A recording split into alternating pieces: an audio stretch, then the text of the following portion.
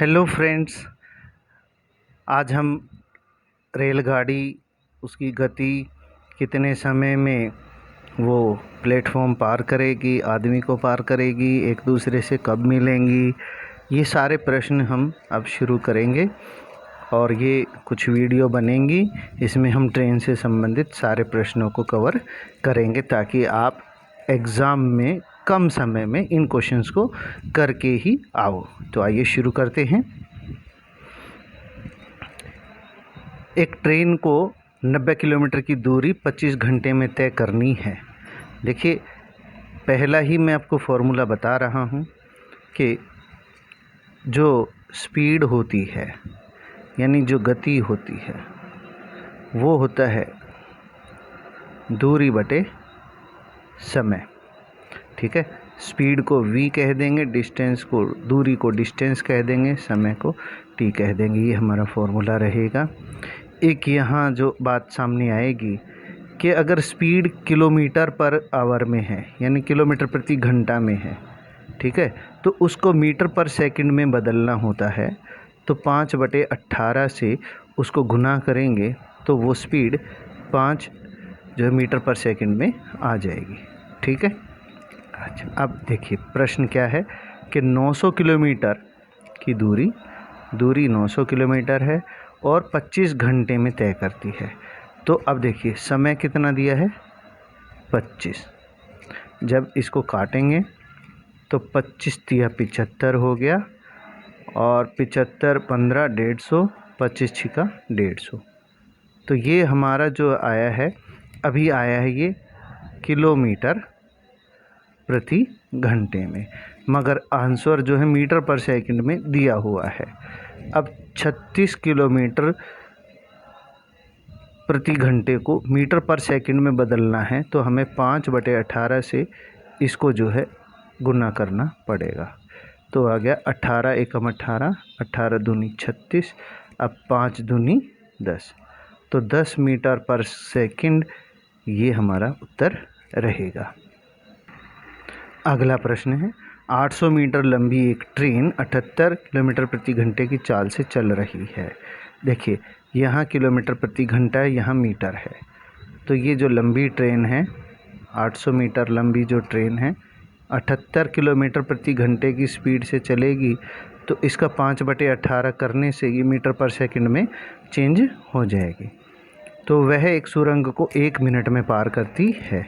ठीक है, ये एक सुरंग हो गई है, उसको पार करने में ये जो है यहाँ से यहाँ तक पूरा पार करने में 1 मिनट का समय लेते, मिनट नहीं तो इसको 60 सेकंड कहेंगे। ठीक है, तो अब कह रहे हैं कि सुरंग की लंबाई क्या होगी। देखिए, मान ली सुरंग की लंबाई x है, तो दूरी बटे समय के हिसाब से 800 + x, तो ये दूरी हो गई और हमें लंबाई निकालनी है किसकी, सुरंग की। ये हो गई। तो दूरी बटे, अगर मैं बात करूँ ये समय, यहाँ समय रखेंगे तो यहाँ स्पीड आ जाएगी और स्पीड हमारी कितनी हो गई, 78 × 5/18। तो ये 18 यहाँ से घूम के ऊपर चला जाएगा। ठीक है, तो हमारे पास क्या हो जाएगा, 800 + x, यहाँ 18 आ जाएगा, 78 5 हो जाएगा। अगर मैं इसको काट दूँ, 3 छिक 18, 3 दूनी 6 और 3 छिक 18। अब देखिए, अब आगे क्या होगा, 800 + x, ये 6 आ गया और ये हो गया 26 × 5। अब देखिए ये क्या है, ये हमारे पास दूरी है, ये चाल है, तो हमारे पास जो समय है वो 60 है। ठीक है, तो ये इधर गुना हो गए, यानी कि ये 60 के साथ गुना हो गए। ठीक है, अब देखिए 6 × 6, 6 दाएँ 60 हो गया और 26 पंजे 130 और 1 0 ये 1300, इधर बच गया 800 + x। तो x जो होगा वो 1300 में से 800 जाने के बाद हमारे पास बचेगा 500, और ये मीटर में आएगा क्योंकि हमने जो है स्पीड को मीटर पर सेकंड में चेंज कर रखा है। तो सुरंग की लंबाई हमारी है 500 मीटर। अगला प्रश्न है, एक चलती हुई रेलगाड़ी 50 मीटर लंबे प्लेटफॉर्म को 14 सेकंड में पार करती है। ये ट्रेन चल रही है, ट्रेन यहाँ से आएगी और इस प्लेटफॉर्म को जो है ये 50 मीटर लंबा है, इसको 14 सेकंड में पार कर जाएगी।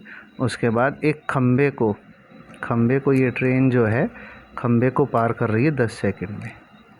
इसका मतलब ये हुआ कि ट्रेन की लंबाई 10 सेकंड में पार हो रही है और 50 मीटर की जो लंबाई है वो 4 में। समझ में आया? क्योंकि ट्रेन और प्लेटफॉर्म मिल के 14 में पार हो रहे हैं, खाली एक खंबा 10 में पार हो रहा है।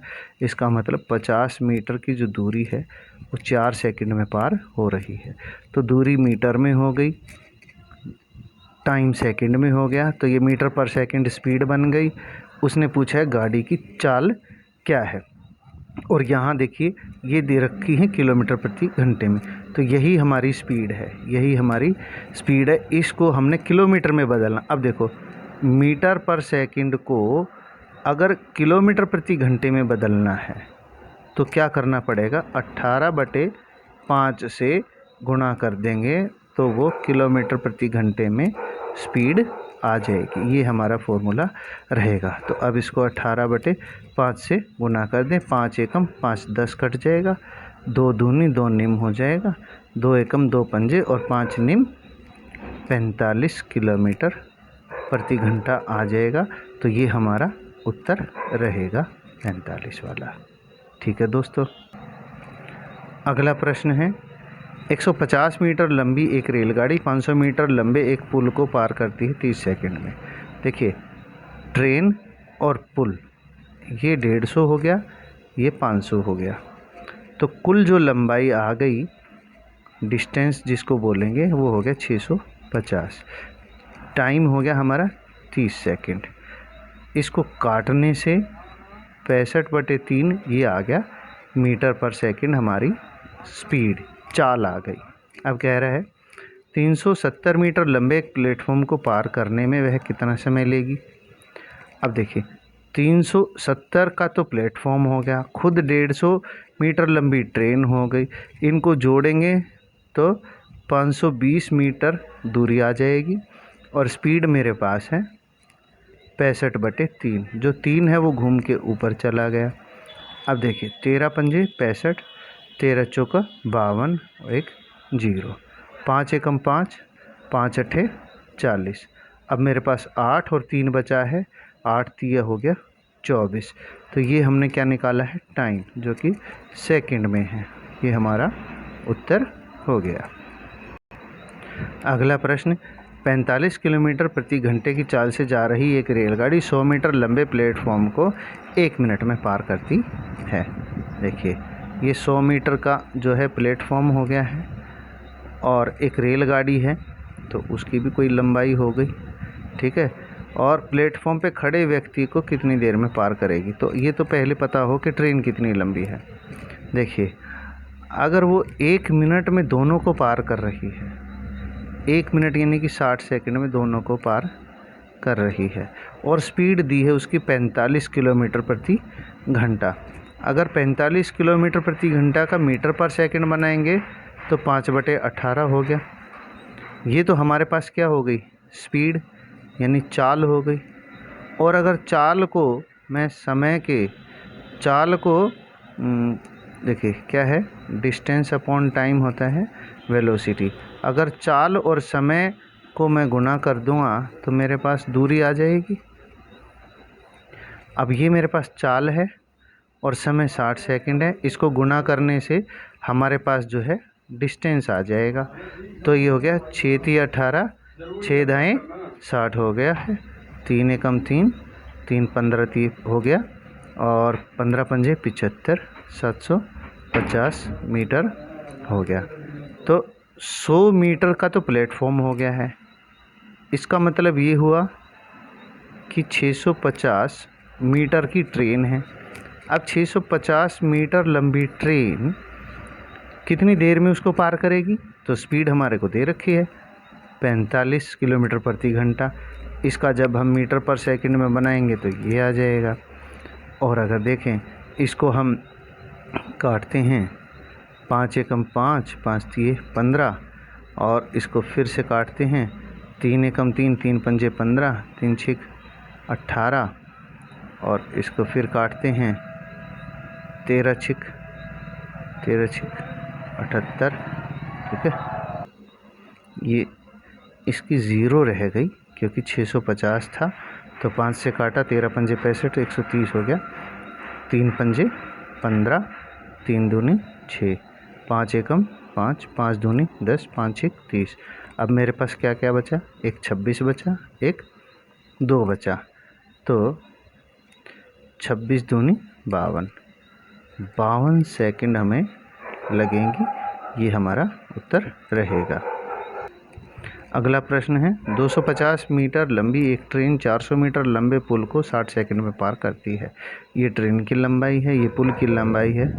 एक 400 है, एक 250 है, कुल मिला के 650 दूरी हो गई, डिस्टेंस हो गया 60 सेकंड में, यानी कि टाइम हमारा है 60 सेकंड, ठीक है।